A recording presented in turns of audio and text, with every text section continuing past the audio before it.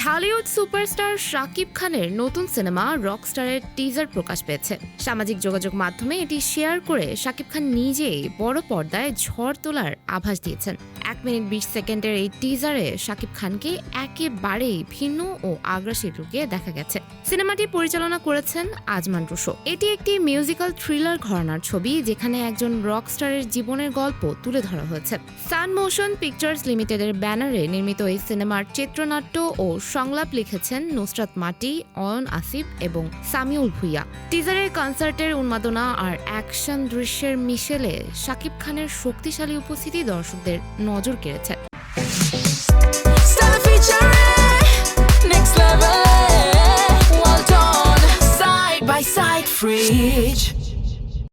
তবে নির্মাতারা জানিয়েছেন এটি ছিল কেবল একটি জ্যামিং সেশন। দ্বিতীয় টিজারে দর্শকদের জন্য আরো বড় চমক থাকবে। আগামী ঈদে মুক্তি পেতে যাওয়া এই সিনেমাটি বড় পর্দায় কতটা সফল হয় সেটাই এখন দেখার বিষয়। সুমায়া হক তন্নি, ফেস দ্য পিপল।